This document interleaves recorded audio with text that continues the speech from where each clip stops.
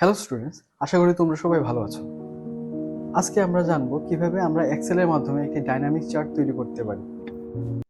তো স্টুডেন্টস, আজকে আমরা শিখবো এক্সেলের মাধ্যমে কিভাবে ডাইনামিক চার্ট এবং ডাইনামিক টেবিল আমরা তৈরি করতে পারি।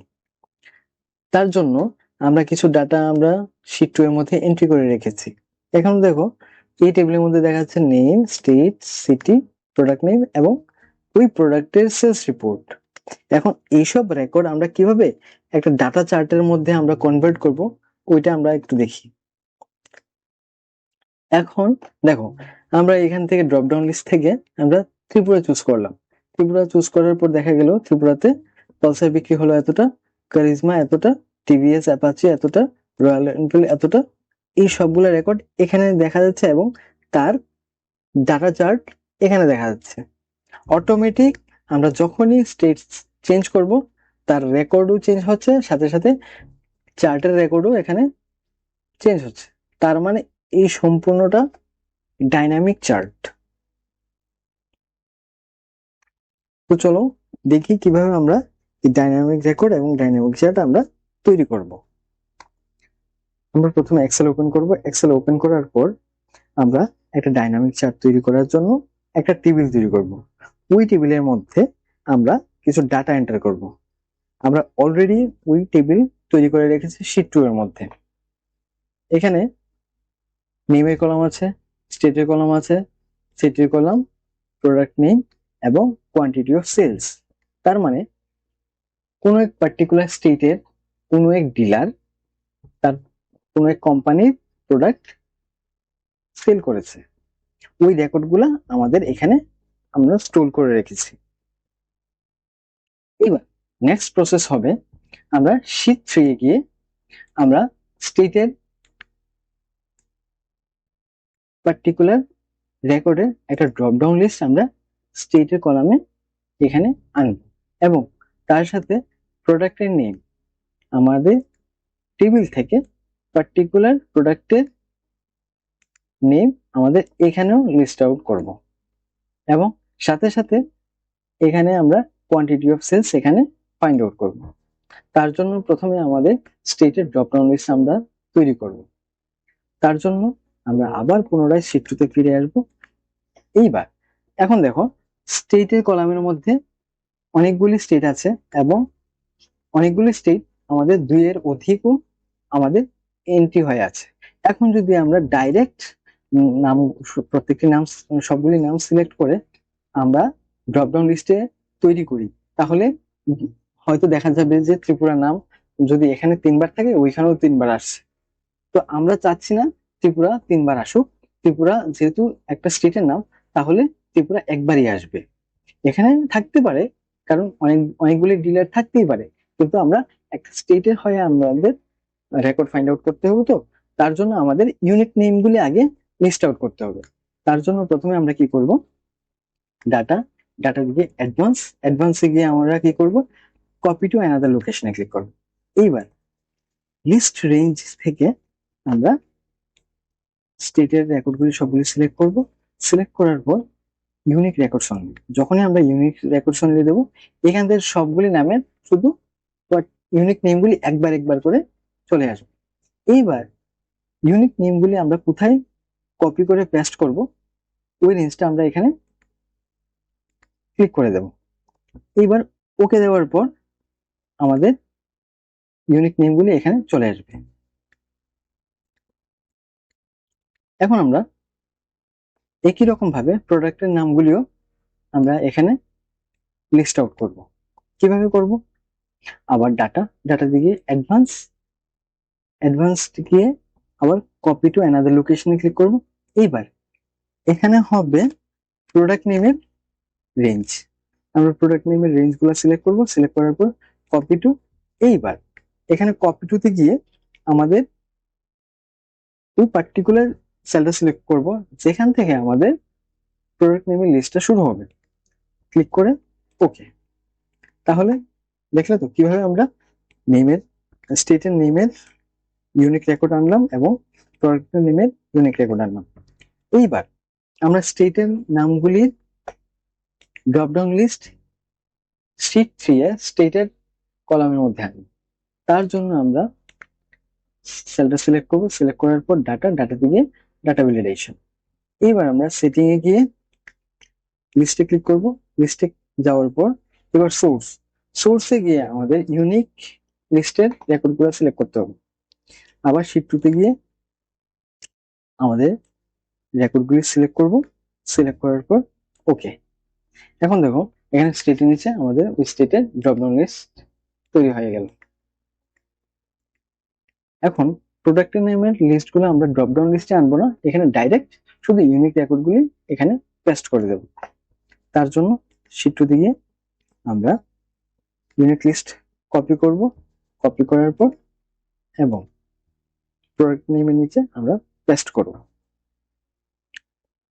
এখন পর্যন্ত আমরা কি করলাম? আমরা স্টেটে একটা ড্রপডাউন লিস্ট তৈরি করলাম এবং প্রোডাক্টের নেমের ইউনিক লিস্ট আমরা তৈরি করলাম। এখন স্টেট ওয়াইজ আমরা প্রোডাক্টের টোটাল সেলস রিপোর্ট আমরা এখানে আনবো। তার জন্য আমরা একটা স্পেশাল ফর্মুলা ইউজ করব। ফর্মুলাটা হচ্ছে সাম ইফস। তো এখন আমরা কি করব? ইকুয়াল সাম ইফস দিয়ে ফার্স্ট ব্র্যাকেট দেব। এইবার যখনই আমরা ফার্স্ট ব্র্যাকেট দেব আমাদের ফর্মুলার ডাইরেকশন এখানে নিচে হাইলাইট হচ্ছে। এখন দেখো এখানে প্রথমে বলা হচ্ছে সাম রেঞ্জ, তার মানে আমরা কোয়ান্টিটি অফ সেলস এর যে রেকর্ডটা বসবে আমরা কোথা থেকে আমরা রেকর্ডটা এখানে বসাবো ওই রেঞ্জটা আমাদের এখানে দিতে হবে। তাহলে পুনরায় আমাদের শিট 2 তে ক্লিক করতে হবে এবং কোয়ান্টিটি অফ সেলস এর রেকর্ডগুলি সবগুলি আমাকে সিলেক্ট করতে হবে। সিলেক্ট করার পর এখানে ফর্মুলা ফাংশনে গিয়ে কমা দিতে হবে। কমা দিয়ে এইবার এখানে বলা হচ্ছে ক্রাইটেরিয়া রেঞ্জ 1, তার মানে আমাদের ক্রাইটেরিয়া কি? আমরা স্টেট ওয়াইজ যেহেতু আমরা প্রোডাক্টের রেকর্ড ফাইন্ড আউট করবো, তাহলে প্রথম ক্রাইটেরিয়া হচ্ছে আমাদের স্টেট। তার জন্য আমাদের স্টেটের রেকর্ডগুলি আবার সিলেক্ট করব। সিলেক্ট করার পর কমা। এখন বলা হচ্ছে ক্রাইটেরিয়া 1, তার মানে আমরা স্টেটের কলাম থেকে যে রেঞ্জটা সিলেক্ট করলাম তার মধ্যে থেকে আমাদের প্রথম ক্রাইটেরিয়াটা কি? তো এখন আমরা শিট 3 তে যাব। এখন ড্রপডাউন লিস্টের যেই সেলটা আমাদের থাকবে ওই সেলটাই আমাদের ক্রাইটেরিয়া 1, তার মানে এখানে যেই স্টেটের নাম থাকবে ওইটাই অটোমেটিকলি ক্রাইটেরিয়া 1 এ চলে আসবে। এবার এই সেলটাকে আমাদের ফর্মুলাতে ফিক্সড করার জন্য আমাদের কি করতে হবে? F4 দিতে হবে। এবার কমা। কমা দেওয়ার পর এখানে বলা হচ্ছে ক্রাইটেরিয়া রেঞ্জ 2। ক্রাইটেরিয়া রেঞ্জ 2 হবে আমাদের প্রোডাক্টের নেম। এখন আবার শিট 2 তে যাব। শিট 2 তে গিয়ে প্রোডাক্টের নেম সবগুলি সিলেক্ট করব। সিলেক্ট করার পর আমরা এখানে কমা দেব। কমা দেওয়ার পর আবার আমরা ক্রাইটেরিয়া 2 এখানে ডাইরেকশন দিচ্ছে, ক্রাইটেরিয়া 2 আমরা সিলেক্ট করব। এখানে প্রোডাক্টের নাম সিলেক্ট করার পর এবার এখন আমাদের আর কোনো ক্রাইটেরিয়া নেই, তার জন্য আমরা ব্র্যাকেট ক্লোজ করে এন্টার দেব। এইবার এন্টার দেওয়ার সাথে সাথে আমাদের এখানে রেজাল্ট চলে আসলো। এবার আমরা ফিল হ্যান্ডেল করব। ফিল হ্যান্ডেল করার সাথে সাথে আমাদের ফর্মুলা বাকি প্রোডাক্টের মধ্যে অ্যাপ্লাই হয়ে যাবে। এখন যদি আমরা স্টেট সিলেক্ট করি, এখন দেখা যাচ্ছে স্টেট ওয়াইজ আমাদের প্রোডাক্টের রেকর্ড, সেলস রেকর্ড আমাদের সামনে চলে আসলো। আমরা এইভাবে কোন স্টেজে কোন প্রোডাক্টটা কতটা বিক্রি হলো আমরা এখানে টোটাল দেখতে পারবো।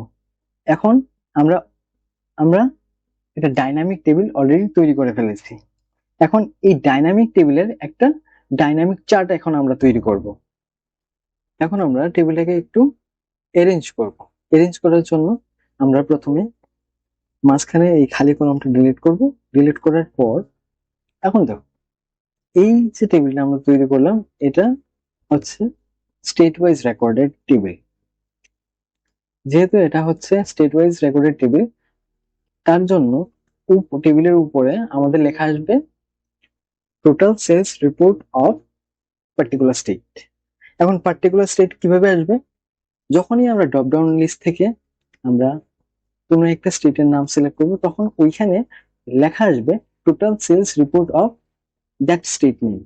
ওকে, তো তার জন্য আমরা কি করব, আমাদের উপরের সেলগুলি সিলেক্ট করব, দেন হোমে গিয়ে মার্জিন সেন্টার করব। মার্জিন সেন্টার করার পর আমরা এখানে ফর্মুলাতে গিয়ে আমরা লিখবো ইকুয়াল, ইকুয়াল দেওয়ার পর ডাবল ইনভার্টেড কমার মধ্যে লিখবো টোটাল সেলস রিপোর্ট অফ, তারপর আবার ডাবল ইনভার্টেড কমা।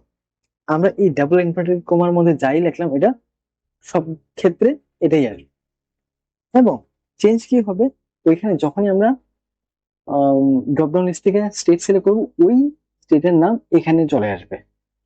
এখন কি করতে হবে, আমরা এন্ড দেব, এন্ড দেওয়ার পর আমরা ড্রপডাউন লিস্টের রেকর্ডটা সিলেক্ট করে দেব।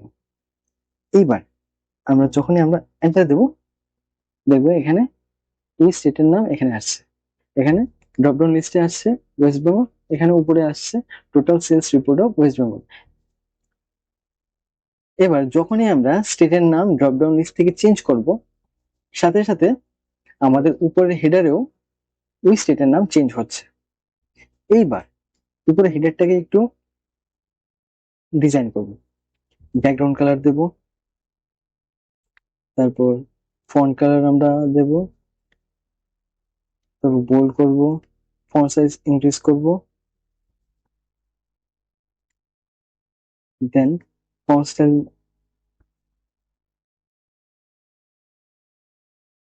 এখন টেবিলে অ্যারেঞ্জ করার পর আমরা একটা ডাইনামিক চার্ট তৈরি করব। তার জন্য প্রথমে আমরা ইনসার্টে যাব, ইনসার্টে গিয়ে আমরা কলামে যাব, কলামে গিয়ে 3D কলাম চার্ট সিলেক্ট করব। আমরা 3D সিলেক্ট করলাম, কিন্তু এখানে শুধু একটা ব্ল্যাঙ্ক চার্ট আসলো, কারণ আমরা কোনো ডাটা সিলেক্ট করিনি। এখন কি করতে হবে, চার্টের মধ্যে রাইট ক্লিক করতে হবে, রাইট ক্লিক করার পর সিলেক্ট ডাটা। এখন দেখো আমাদের টেবিলে যেই সব রেকর্ড আমরা এই চার্টে আনতে চাই ওই রেকর্ড গুলো এখানে সিলেক্ট করব। সিলেক্ট করার পর ওকে, যখনই আমরা ওকে দেবো আমাদের রেকর্ডগুলি অটোমেটিক আমার চার্টে চলে আসলো। এখন দেখো যখনই আমাদের স্টেটের রেকর্ড চেঞ্জ হচ্ছে, অটোমেটিক্যালি আমাদের চার্টেরও রেকর্ড চেঞ্জ হচ্ছে। এখন আমরা যাচ্ছি যেন কলাম চার্টের উপরে হেডারের নেম এই ডাইনামিক টেবিলের মতো চেঞ্জ হয়। তার জন্য আমরা কি করব, এখানে ক্লিক করব, ক্লিক করার পর ফর্মুলাতে গিয়ে ইকুয়াল, এবং এখানে আমরা সেলটা সিলেক্ট করব, সিলেক্ট করব এন্টার। এখন যখনই আমরা চেঞ্জ করব, স্টেট চেঞ্জ করব, এখানে নাম চেঞ্জ হলে এখানে চার্টের নাম চেঞ্জ হয়ে যাবে। এখন আমরা চার্টটাকে একটু ডিজাইন দেব, তার জন্য চার্ট ডিজাইনে যাব, চার্ট ডিজাইনে গিয়ে এখান থেকে যেটাই আমাদের ভালো লাগবে ওইটা আমরা সিলেক্ট করতে পারি এইভাবে। এখন দেখো যখনই আমরা স্টেট সিলেক্ট করব স্টেটের রেকর্ড আসবে এবং সাথে সাথে এখানে চার্টের রেকর্ড আসবে। এইভাবে তোমরাও তোমাদের মতো করে কোনো একটা পার্টিকুলার টেবিলের রেকর্ডের ডাইনামিক চার্ট তোমরা এইভাবে তৈরি করতে পারো। তো স্টুডেন্টস, আজকের ভিডিওতে আমরা শিখলাম কিভাবে আমরা এক্সেলের মাধ্যমে একটি ডাইনামিক ডাটা চার্ট তৈরি করতে পারি। আশা করি প্রত্যেকের মধ্যে আজকের বিষয়টা একদম ক্লিয়ার হয়ে গেছে এবং প্রত্যেকেই এই বিষয়টা নিয়ে প্র্যাকটিস করবে।